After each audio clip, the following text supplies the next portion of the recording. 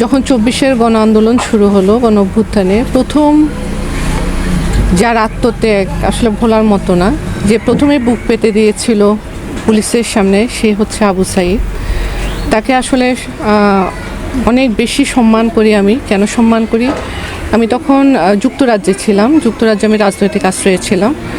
প্রথম ভিডিওটা আমার চোখে পড়ে, আবু সাঈদ বুক পেতে দিয়েছে এবং পুলিশ ও আশা করেছিল যে পুলিশ হয়তো সামনেও বুক পেতে দিলে গুলি করবে না, কিন্তু এভাবে নির্মমভাবে তাকে যে গুলি করবে এটা হয়তো আবু সাঈদও চিন্তা করে নাই। হ্যাঁ, তো সেই ক্ষেত্রে তার যে আত্মত্যাগ, তার যে অবদান, এটা আমরা অস্বীকার করার কিছু নেই।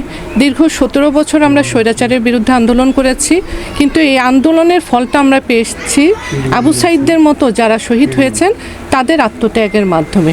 তাদেরকে ভোলার আমাদের কিছু নাই।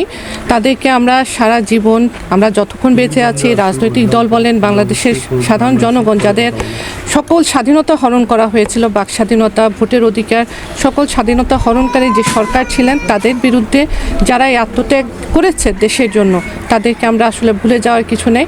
আমরা বারে বারে তাদেরকে মনে করব। তাদেরকে মনে না করার কোনো কারণে আমরা তাদের কারণে আজকে একটি বাংলাদেশের গণতান্ত্রিক সরকার গঠন করতে পেরেছি।